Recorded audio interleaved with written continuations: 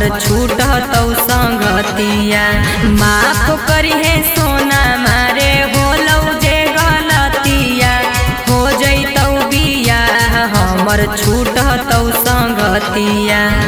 चिंता नहीं करी है रे सोनवा करते हम रहबौ कोनवा, अगुआ मोर जीजावा के दाव लड़ गेलौ। अगे नया भतार मिलते तोरा भाव बढ़ गेलौ। जो जोगे छौरी जटिल के प्रभाव बढ़ गेलौ। अगे नया भतार मिलते तोरा भाव बढ़ गेलौ। जो जोगे छौरी जटिल के प्रभाव बढ़ गेलौ।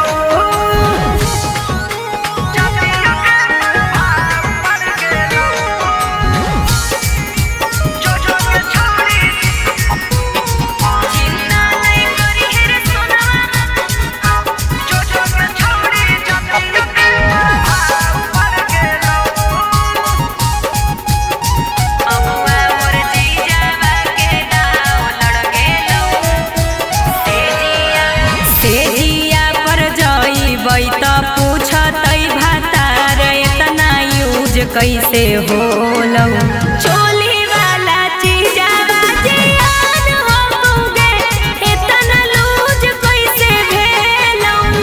खुलल किताब रहतौ कुछ नहीं जवाब रहतौ, सब परिवारवा के दबाव पड़ गेलौ। अगे नया भतार मिलते तोरा भाव बढ़ गेलौ। जो जोगे छौरी जटिल के प्रभाव बढ़ गेलौ। अगे नया भतार मिलते तोरा भाव बढ़ गेलौ।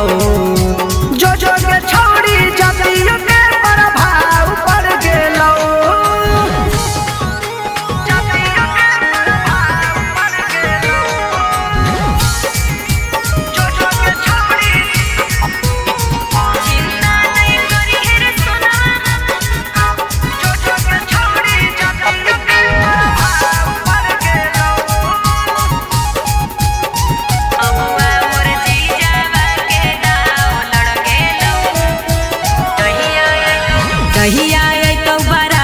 धीरज बारा मारे तू झमेल नहीं करी है, पूरा इज्जत हमर शर्मसार होतै रे, कोनो खेल नहीं करी है। जानू तू कबूल करी हो हमरा के भूल जई हो, पियावा सूरजवा से नाता जुड़ गेलौ। अगे नया भतार मिलते तोरा भाव बढ़ गेलौ। जो जोगे छौरी जटिल के प्रभाव बढ़ गेलौ। अगे नया भतार मिलते तोरा भाव बढ़ गेलौ।